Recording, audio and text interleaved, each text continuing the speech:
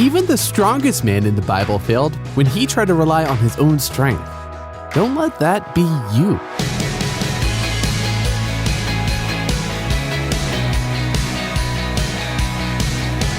Hey, I'm Dylan, and you're listening to Unlocked, your daily key to unlocking God's Word in your life. Is there someone in your life that's really influenced your faith?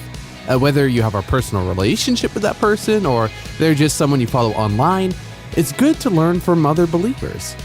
But don't give in to the temptation to base your faith on them. They're human too, so they're gonna make mistakes. But when they do, that doesn't have to rock your faith. The only person worthy of that ultimate trust is Jesus. And we're gonna see that in today's story. It's called Samson and Jesus by Shadrach Goni. The story of Samson's life is really fascinating, and it contains many parallels to the story of Jesus' life. Let's take a closer look. In Judges 13, we see God visiting Manoah's wife through his angel to proclaim to her that she would have a child. The angel also told her what her child's purpose would be. In this way, Samson's birth was similar to that of Jesus. Before his birth, the angel Gabriel visited Mary to tell her she would have a child, and he told her what the child's purpose would be. Manoah's wife was barren, and Mary was a virgin, so the conception of both these babies was miraculous. Samson grew and was blessed by the Lord, Judges 13:24, similar to how Jesus grew in the Lord's favor, Luke 2:52. Both Samson and Jesus were sent to deliver Israel from their enemy. Samson, through his sacrificial death, delivered Israel from the Philistines, and Jesus came to deliver Israel and the whole world from sin and death, also through sacrificing his own life. However, unlike Jesus, Samson allowed himself to be overshadowed by the power he thought he had, and that made him crumble. He gave into temptation and misused the strength the Lord gave him. He also mistreated women, and all of this led to his downfall when he died with his enemies.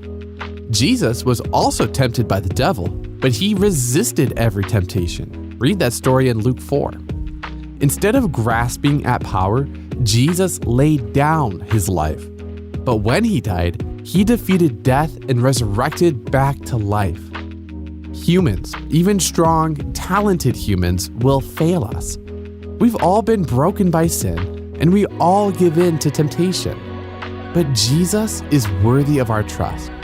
Fully God and fully human, he is the one who has the power to save us from our own brokenness, and his love for us will never fail.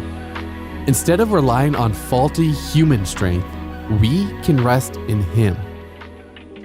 All right, let's think about this for a second. When we are tempted to put our trust in powerful humans or in our own strength, how can remembering Jesus' love for us help us turn back to him?